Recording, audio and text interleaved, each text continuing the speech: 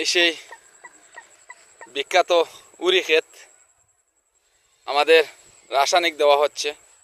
আগামী এক সপ্তাহের ভিতরে ফলন ধরবে, তাই এর জন্য রাসায়নিক প্রয়োগ করতেছি। এই যে স্প্রেগুলো না দিলে না হয়।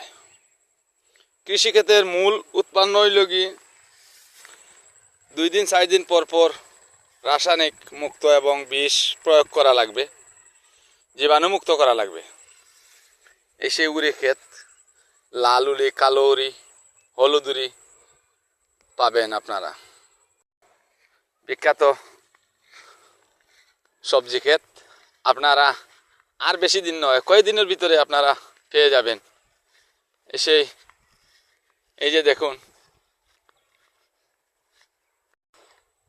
না দেখলে আপনারা বুঝতে পারবেন না এটা কি। এই সেই বিখ্যাত এই যে মেঘালয় পাহাড়, আপনাদেরকে দেখাইছিলাম আগামী পিছনে একটি ভিডিও। এই সেই ঝর্ণা, ভারত থেকে আসা, এই ভারত থেকে ঝর্ণার পানি দিয়ে এইগুলা ক্ষেত হচ্ছে, কৃষিক্ষেত।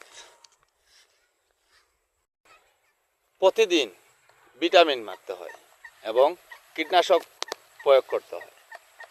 আমি বারবারই বলতে থাকি, কৃষক বাঁচলে এই দুনিয়া বাঁচবে, কৃষক না থাকলে এই দেশ থাকবে না। কৃষকের সাথে আপনারা সবাই থাকুন, পাশে থাকুন, সহযোগিতা করুন। এই যে ঢাকা শহরে 100 তলার উপরে 20 তলার উপরে থাকে, নিচতলার খবর লয় না। আরে ভাই, আপনারা ভালো ভালো তরকারি খাইবেন, আনাজ তরকারি খাইবেন, কৃষকের পাশে না থেকে খাইবেন, এটা তো হয় না।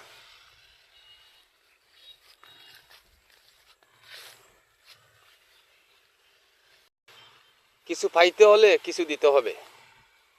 ভালো ভালো আনাজ তরকারি খাইবেন, তারপরে না আপনারা বুঝতে পারবেন জীবাণুমুক্ত তরি তরকারির মর্ম। শহরে থাকবেন, ডিসি, এসপি ওরা বলবে যে ভালো খেনে এই সবজিটাতে ফরমালিন মিশানো কোনো। আরে ভাই, আপনারা সরকারি চাকরি করেন, আপনারা নিজে এসে দেখেন না এই যে আমাদের কৃষকরা কিভাবে পরিশ্রম করে। এই যে গাছগুলো দেখাইতেছি আপনাদেরকে, কেমন হবে, কিভাবে পরিচর্যা করা লাগে, এটা তো আপনারা নিজেই দেখতে পারেন। এই সেই বিখ্যাত সবজি ক্ষেত। বারবার আমি একটি কথা বলি যে কৃষক বাঁচলে